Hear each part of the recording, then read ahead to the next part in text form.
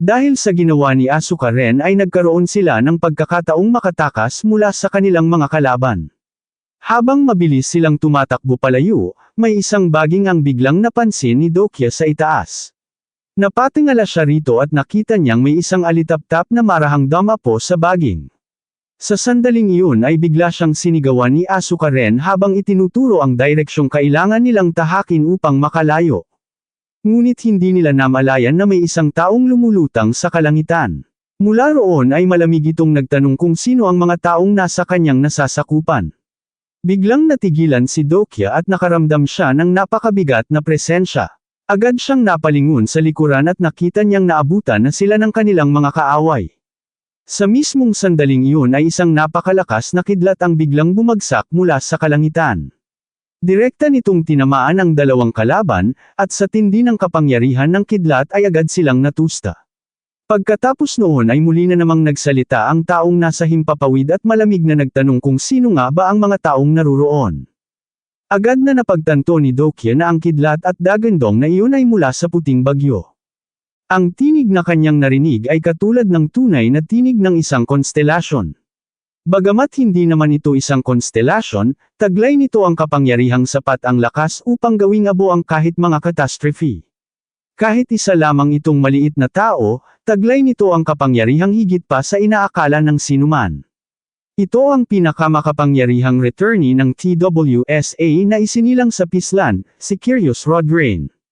Itinuturing ng karamihan sa mga inkarnasyon na ang mga konstelasyon ang pinakamakapangyarihang mga nilalang sa Star Stream.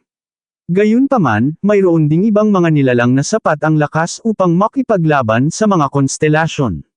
May mga Demon King na tumangging tanggapin ang pagkakataong maging isang konstelasyon, at mayroon ding mga dragon na namumuno sa pinakatuktok ng food chain bilang mga halimaw.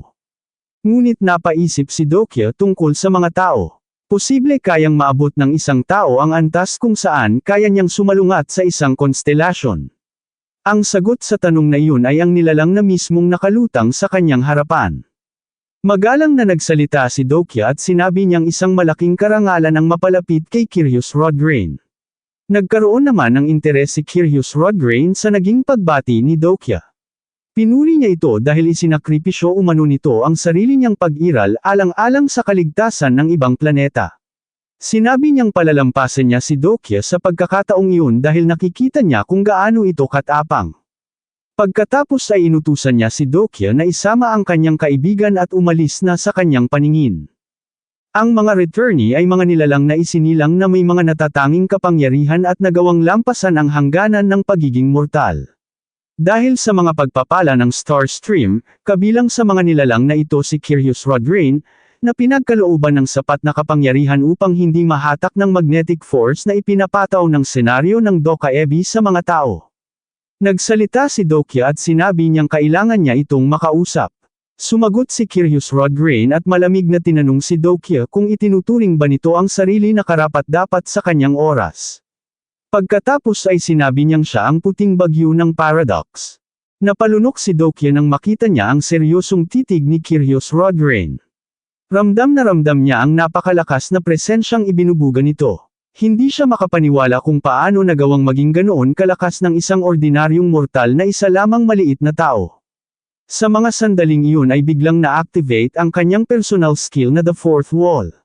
Nang mapansin ni Curious Rodrain na nagawa ni Dokya na tiisin ang kanyang napakatinding presensya, nagkaroon siya ng interes dito. Sinabi niyang tila pinuprotektahan ng isang hindi kilalang puwersa ang katawan at isipan ni Dokya. Ipinaliwanag naman ni Dokya na kailangan ng mundong iyon ang tulong ni Curious Rodrain. Nagtaka si Curious Rodrain at tinanong kung iyon ba ang dahilan kung bakit siya hinanap ni Dokya. Agad naman itong sinang-ayunan ni Dokya. Sinabi ni Curious Rodrain na may isa pang maliit na nilalang na gumawa rin ng katulad ng ginagawa ni Dokya. Sa sandaling iyon ay lumabas ang isang abiso. Ang maliit na konstelasyon ng maliit na planeta ay nakatingin kay Curious Rodrain nang may mga matang puno ng luha at nagbigay ito ng 10 barya sa kanya. Ngunit agad na nagalit si Curious Rodrain sa ginawa nito. Malamig niyang sinabi sa maliit na konstelasyon na hindi niya kailangan ng ganoong bagay. Dahil sa naging tugon niyang iyon ay nabigla ang maliit na konstelasyon ng maliit na planeta.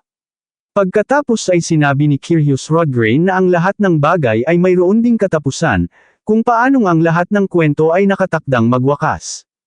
At para sa planetang iyon, ang wakas nito ay ngayon na. Dahil dito ay nagtanong si Dokia kung ganoon nga ang iniisip nito, bakit pa ito bumalik sa lugar na iyon gayong matagal na nitong iniwan ang Peaceland. Seryosong tumingin si Curious Rodgrain sa walang malay na si Asuka Ren at sinabi niyang may tumawag sa kanya. Ngunit sumagot si Dokia at sinabing huwag nitong lokohin ang sarili. Hindi ba kaya ito bumalik ay upang protektahan ang dating tahanan nito? Sumagot si Curious Rodgrain na wala siyang anumang magandang alaala tungkol sa lugar na iyon. Bago pa niya matapos ang kanyang sasabihin ay muli siyang pinutol ni Dokia. Tinanong siya nito kung iyon ba ay dahil ipinanganak siyang mahina. Dahil ba ang inang planetang iyon ang nagdala sa kanya sa mundong ito at nagbigay sa kanya ng isinumpang katawang iyon. Biglang nagalit si Curious Rodgrain. Sinabi niyang pag-isipan muna ni Dokia ang mga salitang kanyang binibitawan at pangalagaan ang bawat salitang lumalabas sa kanyang bibig. Idinagdag pa niyang huwag na huwag siyang pipilitin na ulitin ang kanyang sarili. Pagkatapos ay inutusan niya si Dokia na umalis na, sapagkat wala nang magiging pangatlong pagkakataon. Ngunit nagulat si Curious Rodgrain nang bigla siyang tanungin ni Dokia kung natatakot ba siya. Muling inulit ni Dokia ang kanyang tanong. Natatakot ba siya sa mga konstelasyon, sa mga nilalang na ginawang laruan ng mundong ito, at sa mapanlinlang na ahas na iyon? Sa mismong sandaling iyon ay lalo pang pinalakas ni Curious Rodgrain ang kanyang presensya. Bumagsak ang napakabigat na pressure kay Dokia hanggang sa mapasuka siya ng dugo. Pagkatapos ay malamig na tinanong ni Curious Rodgrain kung gusto ba talaga nitong mamatay. Kung iyon ang kahilingan nito, ibibigay niya iyon. Kasabay ng kanyang mga salita ay dumagundong ang napakalakas na kidlat sa kalangitan at lalo pang lumakas ang nakakatakot na presensyang ibinubuga ni Curious Rodgrain. Ngunit kahit ganoon ay nanatiling matatag si Dokia. Matapang niyang sinabi kay Curious Rodgrain na huwag na itong magsinungaling. Ang tunay na dahilan kung bakit ito bumalik ay upang panuurin ang pagkamatay ng planetang iyon. Ipinaliwanag pa ni Dokia na alam niyang hindi magagamit ni Curious Rodgrain ang kanyang tunay na kapangyarihan sa buong potensyal nito dahil sa mga kondisyon ng plausibility. Hindi na raw nito kailangang kumilos o magtaas man lamang ng isang daliri. Si Dokia na raw mismo ang tatalo sa mga catastrophe ng Peaceland. Dahil dito ay buong tapang niyang hiniling kay Curious Rodgrain na gawin siyang alagad at tanggapin siya bilang kanyang apprentice. Hindi agad sumagot si Curious Rodgrain. Sa halip ay nanatili lamang siyang nakatitig kay Dokia nang may halong pagtataka. Dito na po nagtatapos ang ating kabanata, abangan ang mga susunod pa nating upload.